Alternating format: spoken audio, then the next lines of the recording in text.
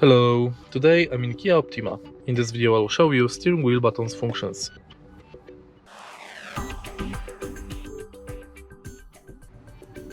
In the beginning, let's take a look at the left side of the steering wheel. Right here we've got the panel, thanks to which we can control the radio.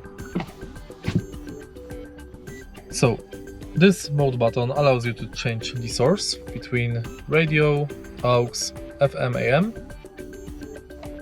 This button allows you to change radio station. This button allows you to change radio volume and mute or unmute the radio. Thanks to this green button, you can answer the calls, and the red button allows you to end the calls. This button activates the voice assistant. Now let's take a look at the right side of the steering wheel. Right here we've got the cruise control button and panel, thanks to which we can enable and manage cruise control. Next we've got this 2 sheets button, thanks to which we can navigate through speedometer display. And next we can use this OK button and the arrows to enter the sections and navigate through them.